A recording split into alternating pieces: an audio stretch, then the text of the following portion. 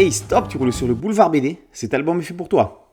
13, tome 29, Moscow Space House.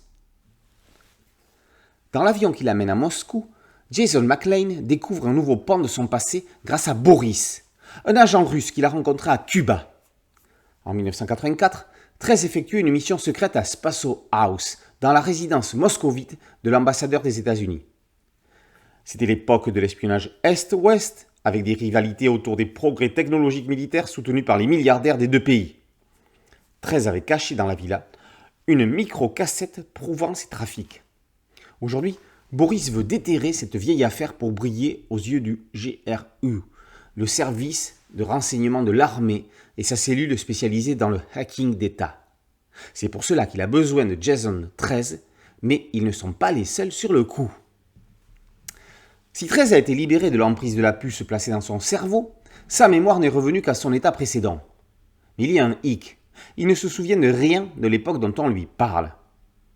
Dès la sortie du jet privé, 13 est enlevé par une bande armée qui est composée de membres du Service fédéral de sécurité intérieure. Boris est laissé en caleçon dans la neige. Les ravisseurs de 13 vont lui en apprendre encore plus sur cette affaire.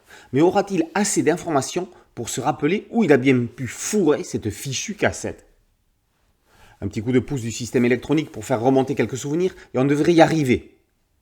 À côté de tout ça, Janet Fitzsimmons tente toujours de manipuler son mari, Jason McClane. À trop vouloir rebattre les cartes, on risque de perdre du monde en route. On est perdu entre Jason McClane et Kelly Rowland. Le scénario d'Yves Sante est vraiment tarabiscoté. Une histoire dans l'histoire délinéarise le récit et fait remonter au calendrier grec.